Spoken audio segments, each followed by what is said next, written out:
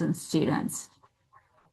I've done a number of lectures for the American Center here at Minsk, and I love doing these. It's always fun to have a welcoming audience, people who are interested in practicing their English, but also learning something about history or the United States. And so today I'm going to be talking about Route 66. And before I even start the conversation, I just want to talk about that word.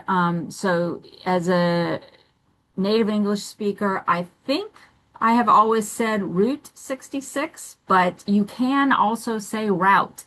So sometimes if people are talking, like I think if you were talking about like, okay, the mailman has this particular route that he has to follow every day and drop off mail, people might say route, but some people will say route.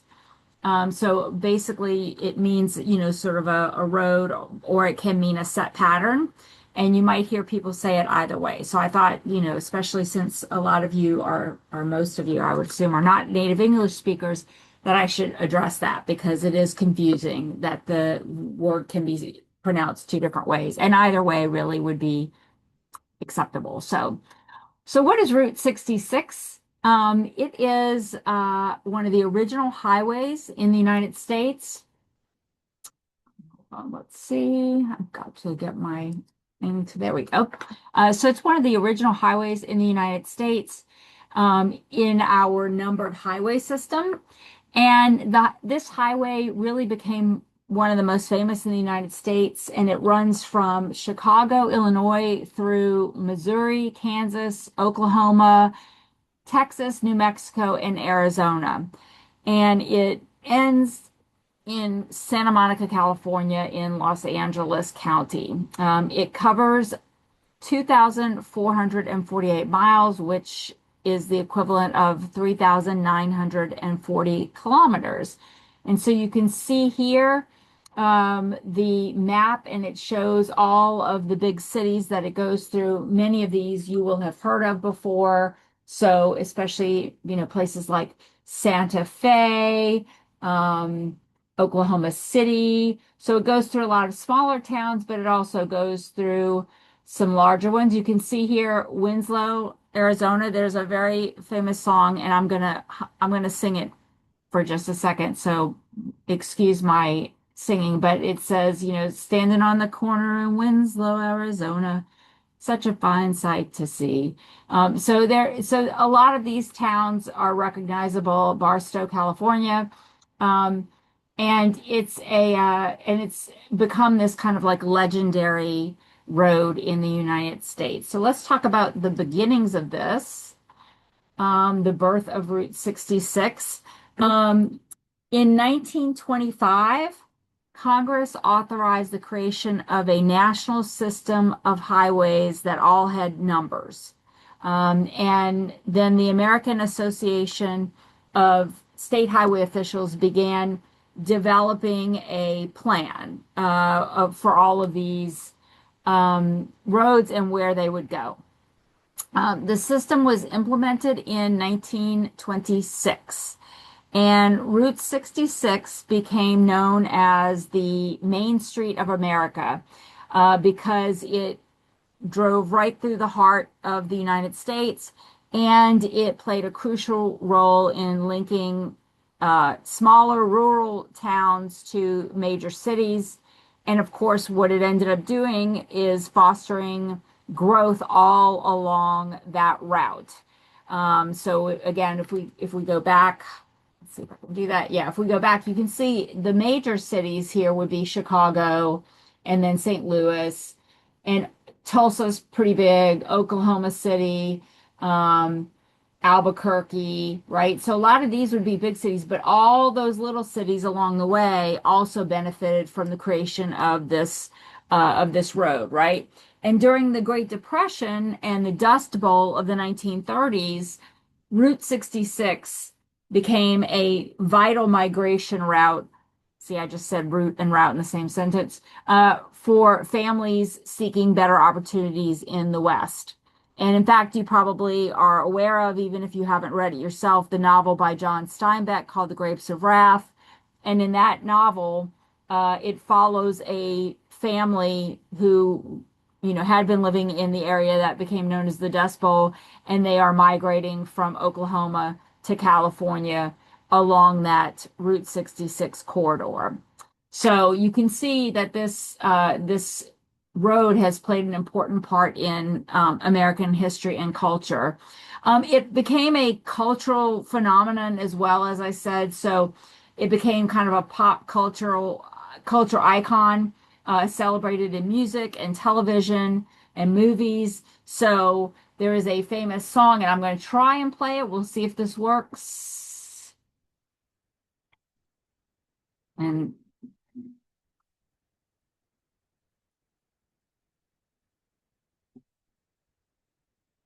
tell me if you can hear it. We can see, but we can't hear. You can't hear it. Okay. I don't know how to make that happen. Okay, I'm gonna go ahead and stop that. But so if you look that up, you can look it up on your own. It's called Get Your Kicks on Route 66. So this was a famous song. There were also some TV shows made about this. So to the left here on the screen, you see there was a television show that was called Route 66 that ran for 4 seasons beginning in 1960. And then, of course, probably a lot of you are familiar with the Disney movie Cars. That was a very popular kids movie a while back, and you can just see right there from the this one screenshot that it is set along Route 66, and so a lot of uh, the places that they visit or things in the background, like these beautiful red mountains or outcrops. These are things that you would see along Route 66. So after this lecture, you'll have to go back and watch the movie Cars again, or if you've never seen it before, go and watch it. It's actually a very cute kids movie. Um, and then, of course, there was also a very famous American counterculture film that is centered along this road as well. This is called Easy Rider. I actually personally have not seen this movie, but I know about it, and so many of you may have seen it. It's a 1969 American road drama film. It was written by Peter Fonda, Dennis Hopper, and someone named Terry Southern, whom I've never heard of before. And it was produced by Peter Fonda and Dennis Hopper, or directed by Dennis Hopper, sorry. And Fonda and Hopper actually star in the movie, and they play two bikers who travel through the American West and South, or Southwest and South, carrying money that they made on a cocaine deal. And so this movie explores youth culture in the United States during the 1960s, including the rise of the hippie movement. And the rise of drug use and sort of, the experimentation with communal lifestyle. So, it was a very popular movie. It still is, I would say, one of those movies that, is on a list of movies you should see. I don't know why I've never seen it, but it's a very famous movie. And if you mentioned it to an American, if they had not seen it themselves, they would have heard of it. At least people of an older generation, young people who knows these days, right? Um, so the road came to symbolize then kind of like freedom and exploration, the attraction of the open road, right? Getting on the road and just driving and who knows what's possible. And so it kind of became a central part of the American dream. And I think that, as you guys all know, in the United States, we don't have great public transportation. It's something that we don't do well at all, right? In Europe, there's so much more and better public transportation.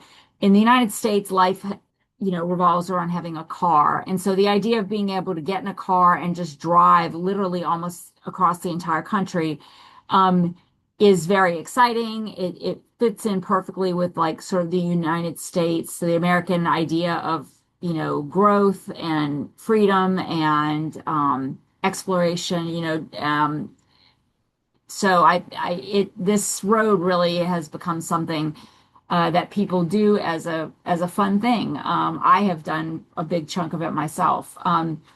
So there are lots of unique roadside attractions as a consequence of the growth and importance of this road. So there are giant sculptures, there are lots of neon lit motels, and sort of nostalgic old-fashioned diners, which contributed to the creation of this kind of Americana culture along the route.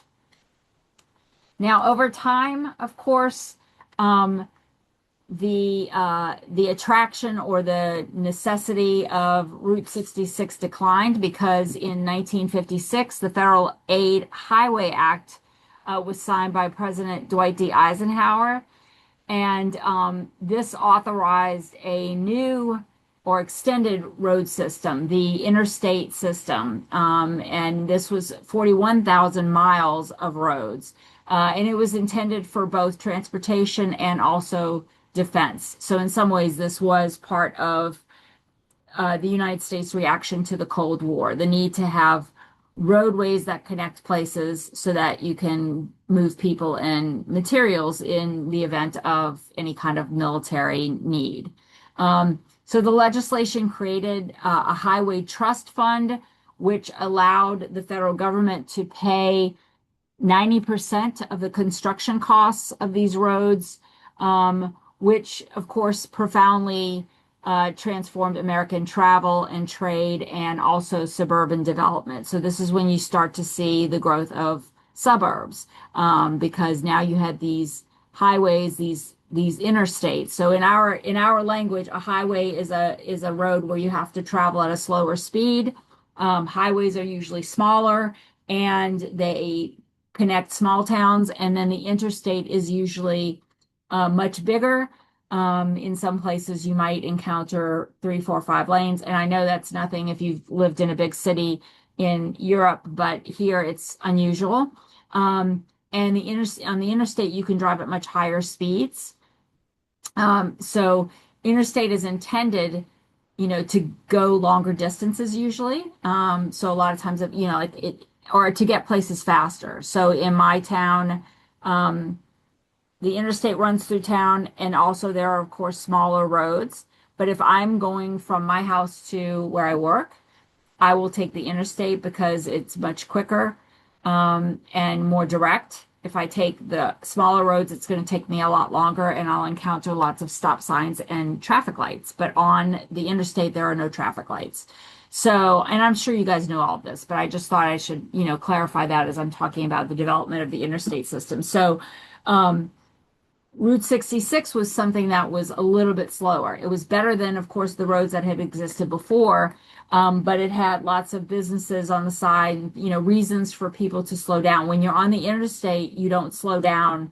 And when it's time for, if there are businesses and things that you want to get to, restaurants, or to stop and get gas, you have to take an exit to get there. You can't just pull off and the businesses are off the actual main interstate. So the goal is to never have that traffic slowing down if possible. So once the interstate system um, was developed, then of course the Route 66 became less important, and so it was officially decommissioned as a U.S. highway in 1985.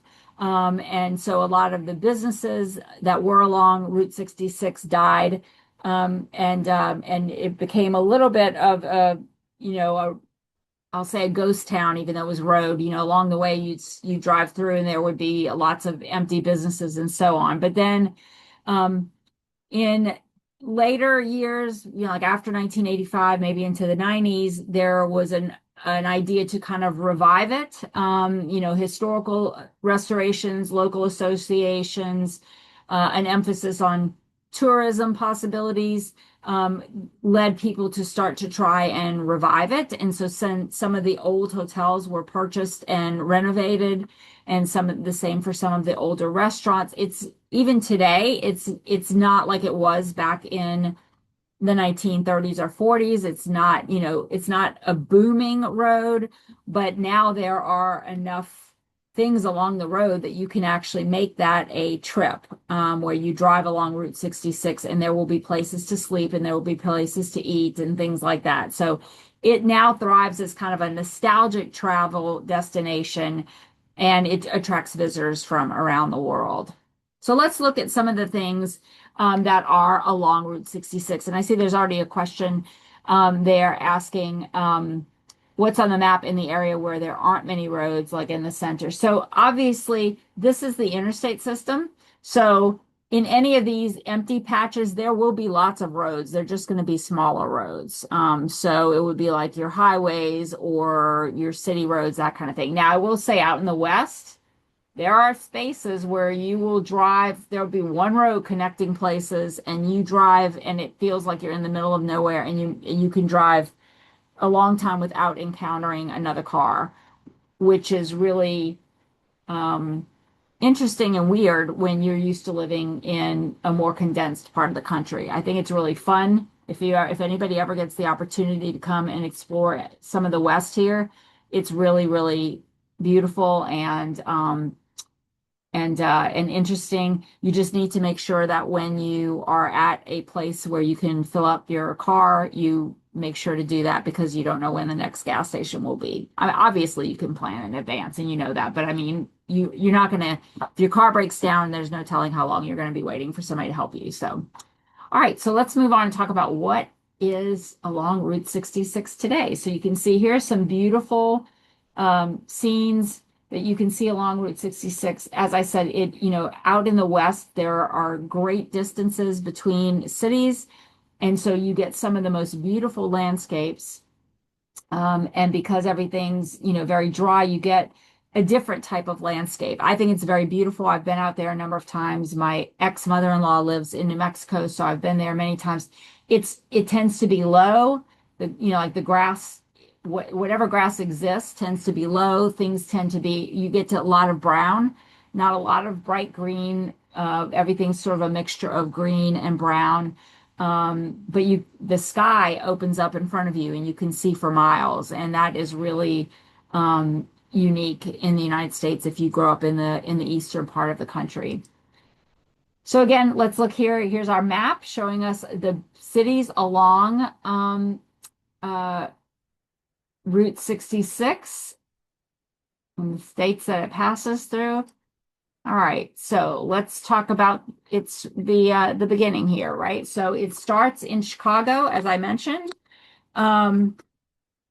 And there are a number of things that you can see if you're following the route. So here up in the beginning, you can see there's the sign that marks the beginning of Route 66. It's located in Chicago at the corner of Adams Street and Michigan Avenue. Michigan Avenue is a really famous road in Chicago. Just a short walk from that is Chicago's famous art museum, the Art Institute of Chicago, that's set up in the corner there. And it has a very beautiful collection. Among some of its famous paintings would be the Grant Wood's painting American Gothic, that one of the woman and the man holding a shovel and a pitchfork, whatever it is. And then there's also the famous Seurat painting. It's, what is it, Picnic at Sunday at Le Grand Jatte or something like that. The Pointillism painting. So those are both in the Art Institute of Chicago. So they have a really lovely collection there. There's something called Willis Tower, which you see here in the left, that offers spectacular views from a sky deck. That's also very near to the starting point of Route 66. And then you also have pictured there Grant Park and what's called the Buckingham Fountain, a really beautiful outdoor space with one of the largest fountains in the world. And then you just have all sorts of, important historic buildings. So Chicago is the starting place. There's a lot to see in Chicago. Again, I would say if you ever get the opportunity, it is a very interesting city. So moving on, Route 66 goes through Missouri as well. So it goes through St. Louis. And while the Gateway Arch is not directly on Route 66, obviously this is a very famous monument in St. Louis, which I had to mention. There is um, I'm not sure what you would call it. I mean, you can ride, I guess is the way to say it, inside of the arch. So there are these tiny little pods that you can get into, and it will take you into the top of the arch. I have not done that. Apparently, it is very cramped and very warm, and that does not sound like something that I would enjoy. But apparently, it's a spectacular view when you get to the top, but uh, it is a claustrophobe's nightmare. So you would have to take that into account if you decided to try it. There's also this famous bridge here called the Chain of Rocks Bridge. It is it's a unique bridge that has now just a pedestrian walkway, but before at some point it did carry cars. There are various places along with sort of interesting things such as Cuba, Missouri, that is known for having lots of murals. So you can see it's called Mural City. Um, and there's a lot there portraying the history of Route 66 and other things about the local area. And then there's something up in the corner there you can see called the Giant Rocking Chair. This was once the largest in the world, and it's really just kind of a silly thing, but it's one of these sort of like fun, quirky things that you can stop and see. So I don't really I've been to Russia and a lot of cities in Western Europe. I haven't been to Belarus as we discussed last week or last time, but I don't know that other countries do this as much as we do. So we have a lot of sort of like silly roadside attractions that people love to stop and have their picture taken with. And this has gone on long before the invention of the cell phone. So when people were taking older, pictures, this was a thing in the United States as well. And we're going to see a couple of those along the way as we go through this. The next state that Route 66 goes through is Kansas. So we can see some interesting things in Kansas. Now, Kansas is a state that has the shortest distance of Route 66. It's actually only about 11 and a half miles of Route 66 goes through Kansas. But there are some things that are well known there. So this one up in the upper left-hand corner is a restored service station. So from that period of time when Route 66 would have been in its heyday, this would have been the way, service stations looked. And so this is one that has been restored and is functional now. And of course, there are some retro vehicles that you can see on that site, including some that are intended to look like the character who's called Tater in Cars.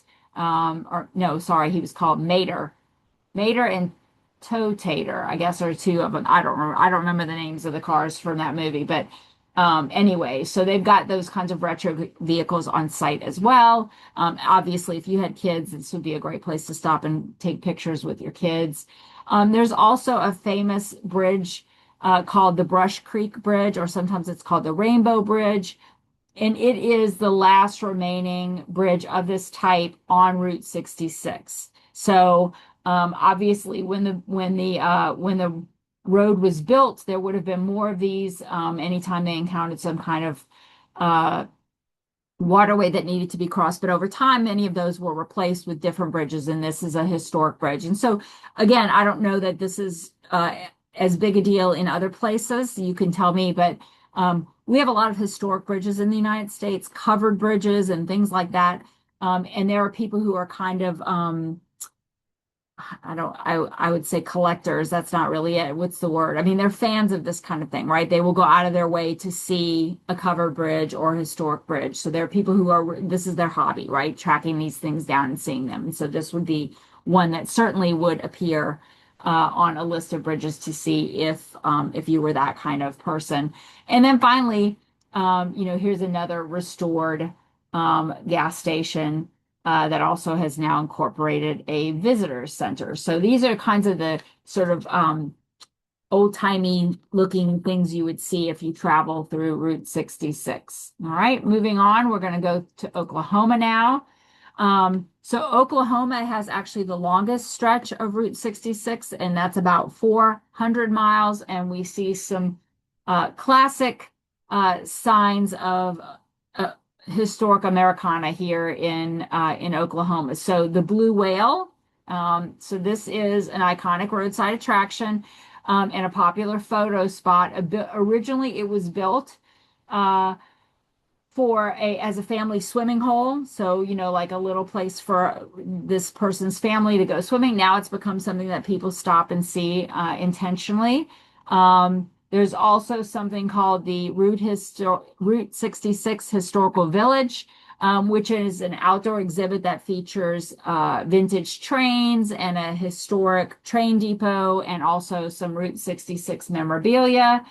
And then finally, you have actually a museum called the National Route 66 and Transportation Museum. So this is a comprehensive museum celebrating the history of the road, and it has all sorts of interactive exhibits and vintage cars. Okay, now we're going to go on to Texas. So again, here up in the far left of the slide, you see what is called the Cadillac Ranch. It is 10 half-buried Cadillacs. This is one of those weird roadside attractions that people go to. Their tail fins are sticking up into the sky. And the unique thing about this particular roadside attraction is that visitors are actually encouraged to bring spray paint cans and to paint on the cars themselves. So if you look there, you can see the cars look like they've been graffitied with spray paint, but that's intentional. So people bring their own spray paint and they paint their name or whatever. And then, of course, eventually somebody paints over it. But that's part of the attraction of uh, this particular site. And then down in the left-hand corner, you see what is called the Palo Duro Canyon.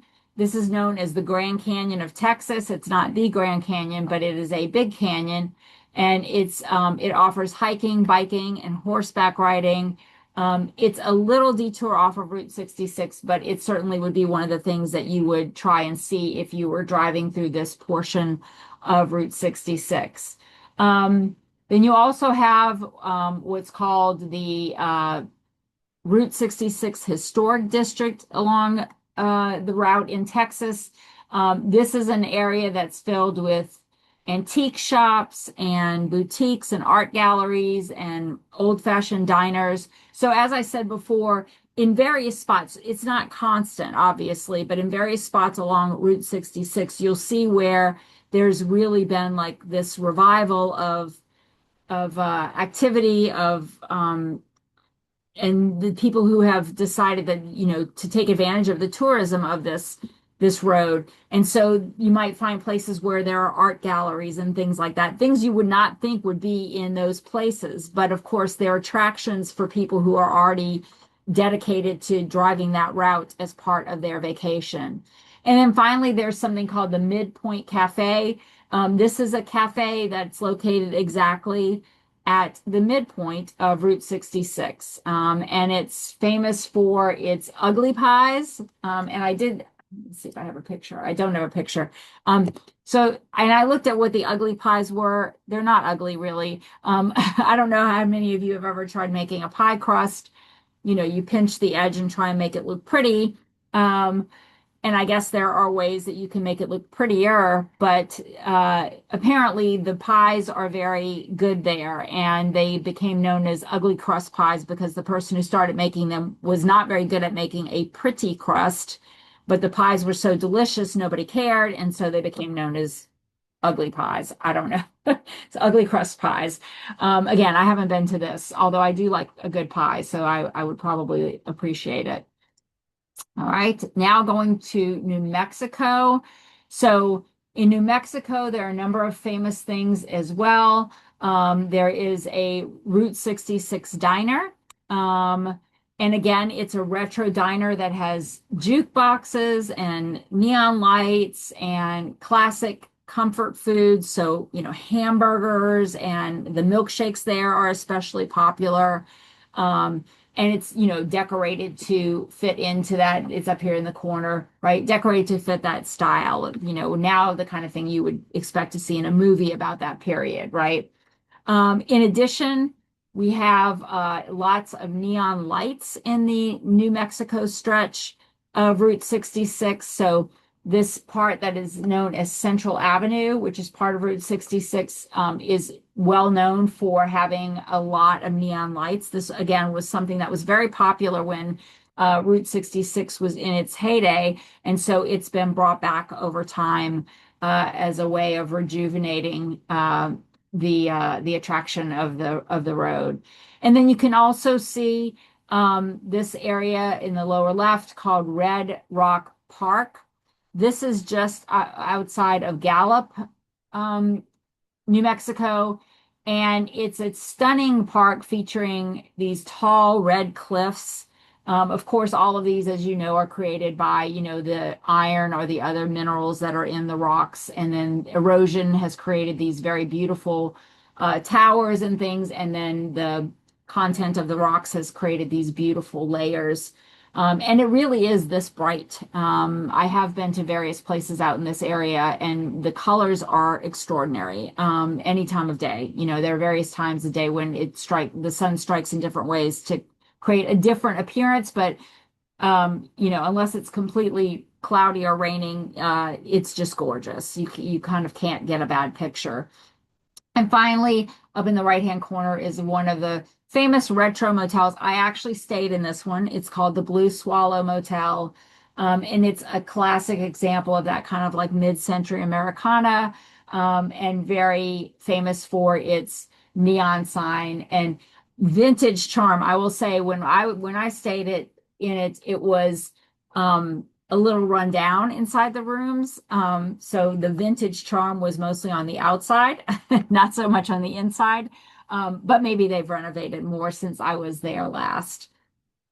Okay, the next state we're going to go through is Arizona, and Arizona has some really interesting things as well. So, in the bottom left is the Painted Desert and Petrified Forest National Park.